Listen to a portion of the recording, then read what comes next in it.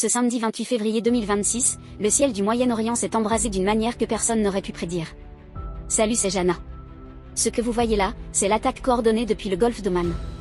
Sous commandement conjoint des États-Unis et d'Israël, l'opération Épée de justice a frappé le cœur du régime iranien.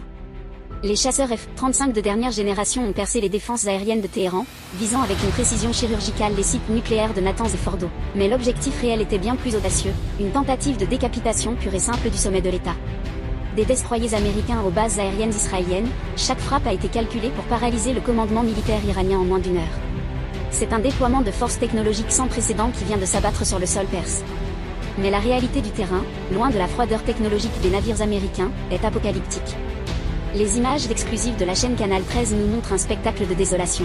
Des panaches de fumée noire qui s'élèvent au-dessus de Téhéran, c'est le complexe présidentiel et la résidence du guide suprême, Ali Khamenei, qui ont été pulvérisés. Les bâtiments officiels, censés être les plus protégés du pays, ne sont plus que des amas de béton fumant. Le président américain Donald Trump vient d'annoncer que Khamenei, 87 ans, était éliminé, sans donner de détails concernant le président Masoud Pezeshkian et le chef d'état-major Mousavi qui étaient également sur la liste des cibles.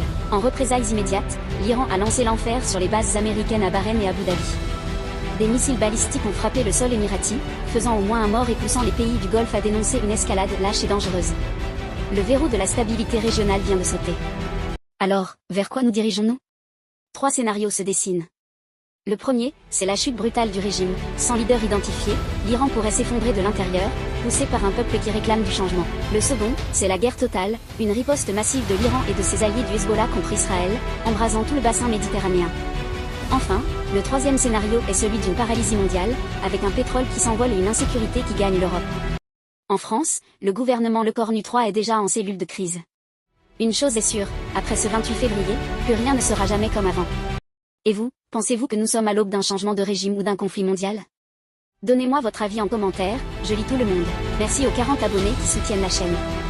Pour ne rien rater des prochaines alertes, abonnez-vous et activez la cloche.